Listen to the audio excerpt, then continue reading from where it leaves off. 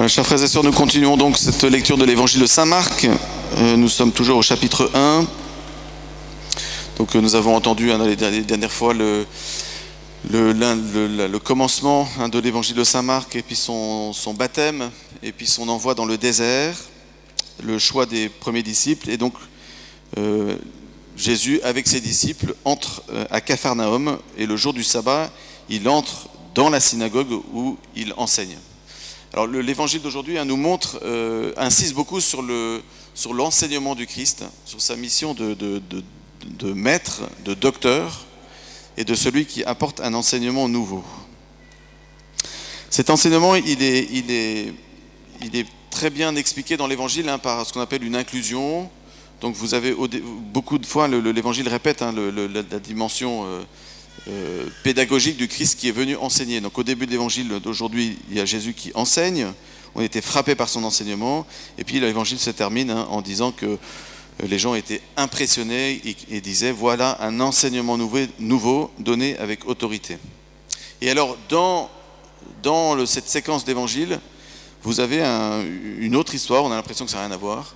Saint Marc fait souvent ça dans son évangile, où il est question de la libération de cet homme tourmenté par un esprit impur. Ça veut dire quoi? En fait, ça veut dire que le Christ, quand il parle, il fait ce qu'il dit. Voilà. Quand le Christ parle, il agit. C'est pas un beau parleur. C'est pas parole, parole, parole. Hein, vous voyez, on connaît la chanson. Quand Jésus dit, il fait. Ce qu'on appelle, il a une parole performative. Ça veut dire qu'il n'y a jamais de baratin. Et les prêtres, nous, parfois, on fait beaucoup de baratin. Bon, c'est comme ça. Et les paroles d'une homélie ne sont pas toujours performatives. Vous voyez, bon, c'est comme ça. Mais le Christ, lui, quand il parle, eh ben, il fait ce qu'il dit. Et ce qu'on a entendu les dimanches précédents, c'est la parole de Dieu qui est envoyée, qui ne me reviendra pas sans avoir porté son fruit, sans avoir donné son effet. Il y a quelque chose de fort dans le fait que quand le Christ s'exprime, enseigne, c'est toujours associé d'une conversion, d'un changement. Voyez. Pour nous aussi, du coup, c'est un appel à entrer dans l'enseignement du Christ comme un enseignement qui change l'existence. Vous voyez, ce matin, on avait le parcours Saint Marc, et on voyait ensemble que tout au début de son évangile, Saint Marc nous fait entrer quand il parle de commencement de l'évangile, il nous fait entrer dans un nouveau commencement, dans une recréation, le commencement de Genèse 1.1 et puis du début du prologue de Saint Jean. Au commencement était le Verbe. C'est-à-dire que le Christ, quand il enseigne, il vient nous emporter dans quelque chose de nouveau. Quand vous lisez l'évangile, vous êtes appelés à entrer dans quelque chose de nouveau qui va vous changer. Si nous lisons l'évangile et si nous lisons l'enseignement du Christ, ou si nous lisons l'enseignement de l'Église comme un recueil de préceptes ou des choses à savoir, on risque de passer à côté. Alors la dimension de la connaissance dans cet évangile est très intéressante, puisque donc Jésus enseigne comme un homme qui a autorité, et non pas comme les scribes.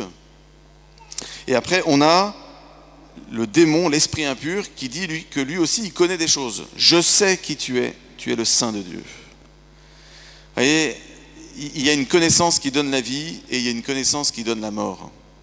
Il y a une connaissance qui a autorité, c'est-à-dire l'autorité, c'est quoi? L'autorité, c'est celui qui élève, qui fait monter vers Dieu.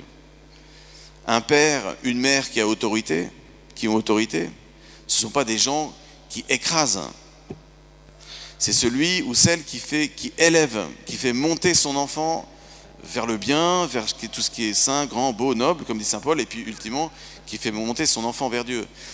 Celui qui a autorité, c'est celui qui fait monter quelqu'un vers plus haut que lui. Souvenez-vous, la semaine dernière, Jean-Baptiste.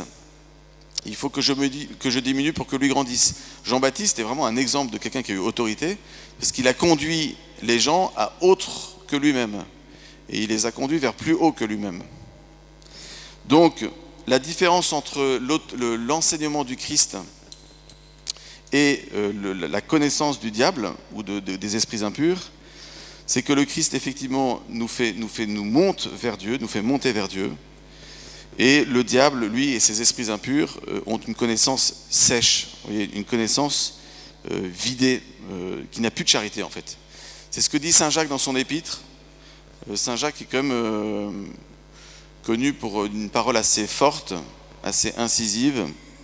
Et lorsqu'il dit « Tu me dis que tu as la foi, mais tu n'agis pas, ben moi je te dis que ta foi est morte. Tu me dis que tu connais Dieu et que tu connais l'existence de Dieu. » Saint Jacques dit « moi je te dis que les diables, les esprits impurs, le savent mieux que toi, dit Saint Jacques. » C'est ce qu'on appelle la foi des démons. La foi des démons, c'est une foi qui est sèche, une foi qui est desséchée, une foi qui n'est plus animée par la charité. C'est une connaissance froide. Une connaissance froide, ça peut tuer quelqu'un. Et c'est intéressant de voir dans l'Évangile la manière dont Jésus va donner cet enseignement nouveau.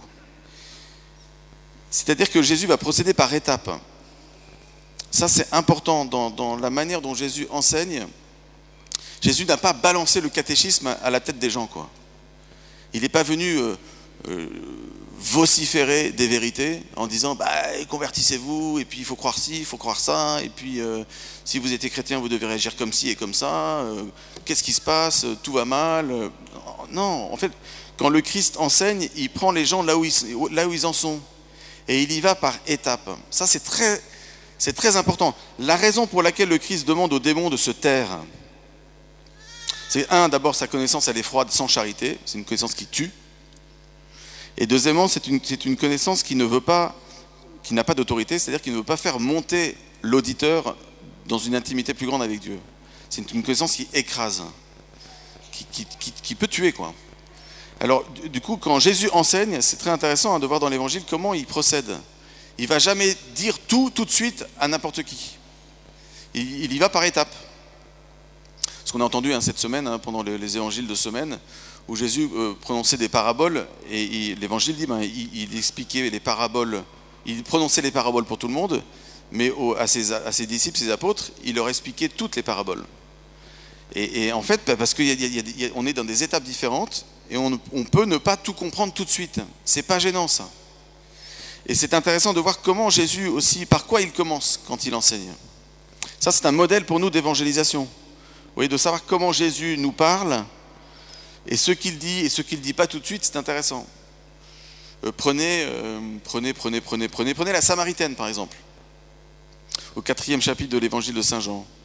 Bon, il y a des grandes étapes dans l'enseignement. Ça, le diable ne supporte pas ça. Je vais vous expliquer comment le diable aurait procédé. Comment Jésus procède? Donne-moi à boire.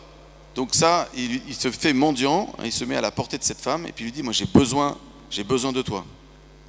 Et moi je veux te donner une eau nouvelle, qui te conduira vers les sources de la vie éternelle. Si tu savais le don du Fils de Dieu. Bon. Donc Jésus va éveiller un désir nouveau dans le cœur de cette femme. D'accord? Étape numéro 2. C'est quoi l'étape numéro 2? Va chercher ton mari. On a l'impression que ça sort de nulle part. Ok, en fait, dit la Samaritaine, l'homme avec qui je vis n'est pas mon mari. Et Jésus embraye le pas. Il entre, il s'engouffre en fait dans ce désir de vérité qu'a cette femme. Et il lui dit, on connaît l'histoire, oui, effectivement, l'homme avec qui tu vis n'est pas ton mari. D'ailleurs, tu en as eu 5 avant. Vous voyez, Jésus va conduire cette femme vers une plus grande vérité. Il l'enseigne. C'est vraiment il a, avec autorité, il a fait monter, vous voyez. Effectivement, l'homme avec qui tu vis n'est pas ton mari, tu en as eu 5. En ceci, tu dis vrai. Elle aurait pu dire, oui, en fait, c'est surtout toi qui dis vrai, parce que c'est toi qui en as déballé un plus que moi, mais c'est pas grave. En ceci, tu dis vrai. Étape numéro 3, Jésus parle de ces adorateurs en esprit et en vérité que le Père recherche. Il y a des étapes. Jésus n'a pas commencé, comme nous on pourrait tenter de croire, bonjour Madame la Samaritaine, va chercher ton mari. Oui, parce que la situation de vie dans laquelle tu vis est quand même un peu désordonnée. Donc moi, Jésus, je suis le grand nettoyeur. Donc on va faire un peu de ménage, et ensuite peut-être que tu seras digne d'entendre mes promesses sur la vie éternelle. Ça, on est souvent tenté de passer à l'étape moralisante, ou l'étape, si vous voulez, il faut qu'on soit clean pour pouvoir entendre les promesses de Dieu. C'est pas comme ça que Jésus procède.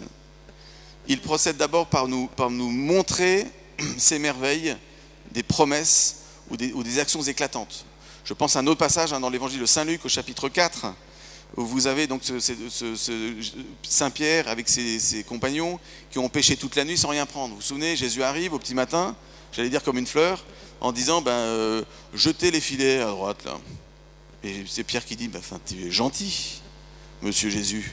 Mais pour information, quand même, ça fait toute la nuit qu'on vient de pêcher sans rien prendre. Bon, et puis l'évangile, Saint-Pierre se ressaisit et dit, je vais quand même jeter les filets. Bon. Et là, vous avez la pêche miraculeuse. Et réaction, donc Saint-Pierre est émerveillé devant la quantité de poissons. Et là, l'évangile dit, Saint-Pierre dit à Jésus, éloigne de toi, je ne suis qu'un pauvre pécheur. La conscience du péché chez Saint-Pierre est venue après une expérience extraordinaire de la bonté de Dieu envers lui. Nous, on peut être tenté de dire quand on évangélise, on va d'abord parler du péché, on va d'abord dénoncer ce qui ne va pas bien, et puis ensuite peut-être qu'on leur parlera des merveilles de Dieu. Quand Jésus enseigne, quand Jésus touche, quand Jésus évangélise, il procède d'une autre manière. Il montre son cœur, il montre ses trésors, il montre la grandeur de sa bonté, il montre qu'il pardonne, il montre qu'on est tous faits pour la vie éternelle, les petits comme les grands, les musclés comme les moins musclés. Tout le monde, on est tous appelés aux mêmes promesses. Et ensuite, quand on fait l'expérience de Dieu, comme Pierre, on réalise que, waouh, effectivement, je suis tout petit, éloigne-toi de moi. Et c'est là que le Père dit, mais non, viens en fait, viens, entre dans la demeure, dans la joie de ton Père. Vous voyez ? Ça, cette pédagogie de Jésus, elle est importante à respecter. Quand Jésus est venu voir Zachée, il ne lui a pas dit, Zachée, descends vite de ton arbre, c'est le bazar dans ta vie, tu vas rendre tout ce que tu as volé. Non, il a dit, Zachée, et moi j'ai envie en fait d'entrer chez toi. J'ai envie d'entrer dans ta maison. Et vite, dit l'évangile, Zachée descendit avec joie et prit Jésus chez lui. Et après, on ne sait pas ce qui s'est passé, mais on sait que le résultat final, c'est que Zachée réalise qu'il va falloir changer des choses dans sa vie. Je ne dis pas que la foi n'engage aucun changement dans la vie. Justement, tous ces exemples nous montrent que ce sont des gens qui sont convertis, ils ont changé de vie. Mais le changement de la vie n'est pas venu en premier. Ce qui est venu en premier, c'est l'expérience d'un saisissement de Dieu. C'est ce que dit Saint Paul, il m'a saisi. J'ai saisi le Christ, et puis Saint Paul se reprend et dit, en fait non, c'est le Christ qui m'a saisi. Et une fois que je suis saisi par le Christ, alors effectivement, je peux comprendre qu'il y a des choses qui sont appelées à être changées, à être converties. D'accord ? Voilà, donc cette conversion du cœur, cette conversion de l'intelligence, cette conversion de tout l'agir chrétien, il naît d'une expérience fondatrice. C'est pour ça que Jésus muselle l'esprit impur. Tais-toi, sors de cet homme. C'est parce que l'esprit impur n'accepte pas que les choses prennent du temps. Il veut tout balancer tout de suite. Mais en fait, dans notre itinéraire spirituel, les choses prennent du temps, quoi. Vous voyez, même ceux qui ont eu des conversions foudroyantes, radicales, ça leur a pris du temps après. C'est pour ça que pour nous tous, qui sommes appelés à être des missionnaires, c'est important aussi de ce qu'on appelle le suivi des gens. Ça prend du temps. Ouais, ceux qui préparent les gens et qui accompagnent les catéchumènes savent que ça prend du temps, quoi. On ne se convertit pas du jour au lendemain, ça se saurait. Ouais, si on est tous là, c'est qu'on sait que ça ne se prend pas comme ça. Et le démon ne supporte pas la patience de Dieu. Ne supporte pas la patience de Dieu. Il veut nous décourager, le démon. Quand vous vous dites, ce serait quand même bien qu'un jour j'aille me confesser, par exemple. Ou ce serait bien qu'un jour j'aille voir un prêtre pour parler d'un souci ou d'un problème que j'ai caché au fond de la cave pendant 20 ans. Le démon ne supporte pas ça. Il va vous dire, mais t'es nul, t'y es pas arrivé pendant 20 ans, t'y arriveras pas demain. Laisse tomber. C'est trop compliqué. Ça prend trop de temps, tout ça. Vous voyez ? Donc la patience de Dieu, elle peut être désarçonnante. Vous voyez, parfois, elle peut être... Mais Dieu est patient avec nous, il procède par étapes et il mène toute chose à bonne fin. Voyez. Donc on va demander au Seigneur la grâce d'entrer dans la patience. Vous voyez, Dieu est patient avec nous, donc soyons patients avec lui aussi. Voyez. Et l'annonce de l'évangile ne se fait pas à la manière des esprits impurs où ils balancent des choses qui n'ont aucun impact sur leur propre vie. Vous voyez, on n'a jamais entendu dire à un esprit impur, je sais qui tu es le Seigneur, par exemple. Si vous dites à Jésus qu'il est le Seigneur, vous reconnaissez sa seigneurie sur vous. Ça, le démon, ça l'insupporte évidemment. Il va dire des vérités froides qui ne l'engagent en rien. Ça, c'est les qualités d'un mauvais évangélisateur. On va dire des vérités comme ça, boum, mais que moi je ne touche pas du bout du doigt et qui peuvent écraser. Quand j'évangélise, je suis appelé à annoncer quelque chose qui, moi, me remue dans mes tripes. Et les gens le voient, ça. Ils vont voir si ce que vous annoncez, c'est quelque chose qui vous tient à l'estomac, ou si c'est quelque chose simplement une espèce de vérité froide extérieure. Si vous suivez un code moral, ou si vous suivez une personne que vous aimez, ça, les gens le voient. L'une des raisons pour lesquelles tant de personnes ont quitté nos églises, c'est qu'on a été parfois tenté d'annoncer un code, ou des préceptes, ou des choses à faire, à suivre. On n'a pas commencé par le commencement. On a commencé par « va chercher ton mari », au lieu d'aller commencer par « donne-moi à boire ». Voyez.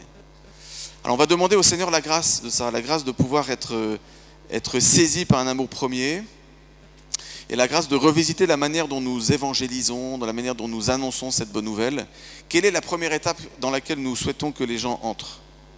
Eh bien, notre premier but, c'est de les conduire d'abord à être saisis, émerveillés par la bonté de Dieu, par les merveilles que Dieu peut faire. Et ensuite viendra l'étape du changement de vie, d'une conversion intérieure. Voilà. Que le Seigneur nous aide à évangéliser non pas comme des esprits impurs ou des petits diables, mais à évangéliser comme lui le fait, en respectant certaines étapes, en respectant le fait que ce qui est premier, c'est d'être saisi par la miséricorde infinie du Seigneur pour chacun d'entre nous. Amen.